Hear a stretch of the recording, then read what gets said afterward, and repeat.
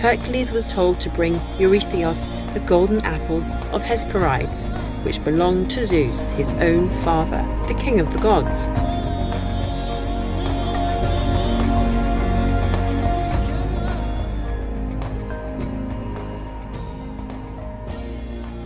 Now the problem here was that Hera herself had given these apples to Zeus as a wedding gift, so surely this task was going to prove impossible. Remember, Hera hated Hercules and did not want to see him succeed, so how was he ever going to steal one of her prized possessions? Surely it couldn't be done. The apples were kept in a garden at the northern edge of the world, and they were guarded not only by a 100-headed dragon named Ladon, but also by the Hesperides, nymphs who were daughters of Atlas, the titan who held the sky and the earth upon his shoulders.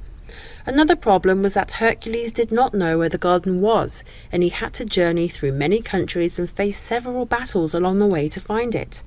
Finally, Hercules came to the rock on Mount Caucasus, where he happened upon Prometheus. Prometheus had angered Zeus many years before, and as punishment he had been chained to the rock, where every day a monstrous bird came and pecked at his body. Once the bird had flown off, his body would heal, but the next day he had to put up with its painful visit all over again. This went on for 30 years, but when Hercules arrived, he killed the bird and freed Prometheus. In gratitude, he told Hercules that the secret to getting the apples was to send Atlas after them. After all, Atlas could talk his own daughters, the nymph, into letting him into the garden, where he could take the apples. I will just explain, dear children, that Atlas was one of the Titans who had been condemned to hold up the sky and the earth on his shoulders, a job he hated. Atlas was overjoyed because in order to take on this task, he would have to pass his burden over to Hercules while he was gone, so Hercules agreed to hold up the world for him while he went to get the apples.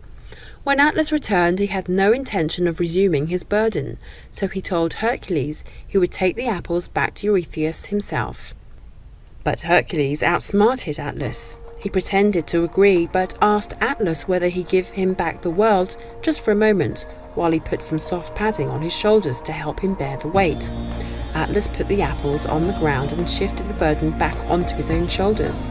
This is when Hercules picked up the apples and quickly ran off, carrying them back to Eurystheus.